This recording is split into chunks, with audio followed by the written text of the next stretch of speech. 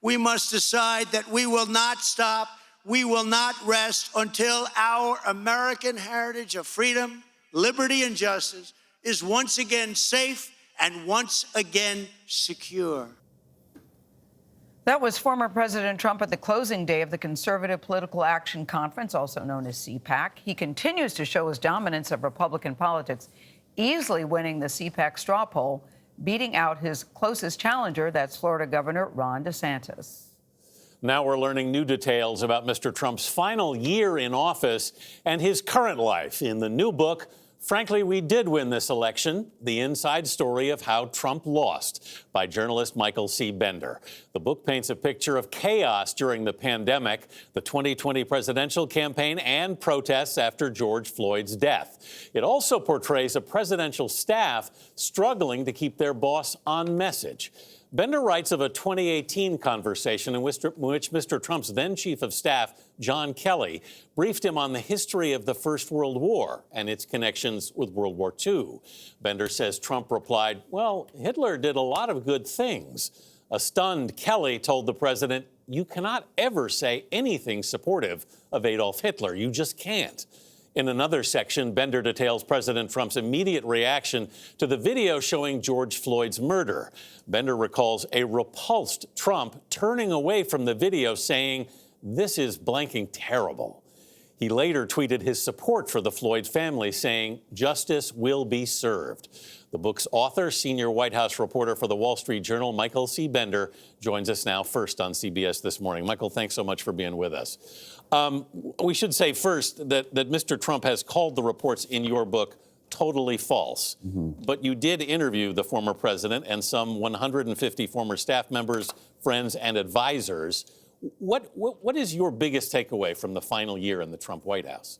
Yeah, what revealed itself to me in reporting this book is how dangerous the people around the president thought he was for the country. And everyone knows the story of the chaos of this administration. Yeah. But what I don't think people understand, and what I think this book really details, is what a danger the people he was closest to thought he was when it came to wanting to put military on the streets. Yep. And wanting to obfuscate the details of COVID. And you mentioned the attacks in the book. The president has complimented my hair. That's the basis of our relationship. Repeatedly. Yeah, and so I'm very glad that he at least didn't disparage my hairdo. Yeah. But the president knows that I spent a lot of time talking to people very close to him. Yes. How much time did you spend talking to the president, by the way? I went down to Mar-a-Lago twice. Yeah. And was down there for several hours each time. He was very, very gracious with his time. He invited me to dinner the first night we were there. He's aware of what's in the book. We've talked about what's in the book. And he knows that people who don't normally talk to journalists were talking to me for this book. It was also interesting to see how there was such backbiting and competition behind the scenes with the people closest to him. You talk about Jared, Ivanka, Eric. You talk about Kellyanne Conway. Mm-hmm. Can you take us behind the scenes about those relationships? Because it was very competitive and very nasty. This is the world that Trump created around himself, where the litmus test to work for Trump was loyalty to him, not loyalty to the country, not loyalty to the Constitution, but the lengths that you would go to defend the president. The loyalty that seemed to work one way, by the way, but go ahead. Yeah, I think that's right, too. And what the book shows here, and some of the details and stories in this book show that's what kind of brings us to January 6th. And very few people around him were willing to stand up and tell him point blank what was right and what was wrong. Now, Mike, one thing that your book does is it really puts us inside these spaces. I felt like a fly on the wall in Air Force One when the president's looking at the George Floyd video for the first time, and he's shaken and repulsed and couldn't even finish watching it.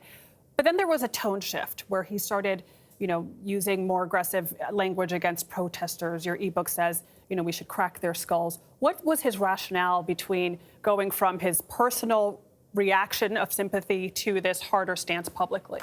Yeah, I appreciate that. And I do think that this is a very crowded space of Trump books. Trump has saturated the media from day one But what I think that this book does is going to be the only one that takes us behind the scenes of how he managed the country, how the campaign struggled to catch up to Biden in the final days, despite being a $2 billion operation, and spends time with a very hardcore section of the Trump base to start to show and understand what happened on January 6th and what brought us to this point, and explain why what Trump saw as his political calling card, which was a very law and order, tough message. You spoke to Mr. Trump about his relationship with Mike Pence, which obviously got very strained in those final days. You asked him directly about whether he'd put Pence on the ticket again if he runs again? Yeah, I was struck the second time I spoke to President Trump that at that point he and Mike Pence had spoken by phone half a dozen times. The president was reaching out to Mike Pence, and someone who he had described to his supporters as basically a traitor to the country. Yes. So it's striking to me that he had reached out. So I wanted to know if he would run with him again, and if he expected Pence to apologize for upholding the Constitution. And it was striking to me that the president would not touch that issue. He's not ready to make a decision about 2024. You know, what's interesting is that in 2016, Team Trump thought they were going to lose. In 2020, they thought they were going to win. Yeah. And after he didn't win, you said he goes from being leader of the free world to, you called it the king of Mar-a-Lago. That when he got there, he just really didn't know what to do. What is his life like now? Because you said he does seem to be sort of trying to figure out his next move. Yeah, there's a very long scene in the book of what is happening in Mar-a-Lago, particularly those first few months after the presidency. He arrived in South Florida at his beachfront home, really unprepared for post-presidency life.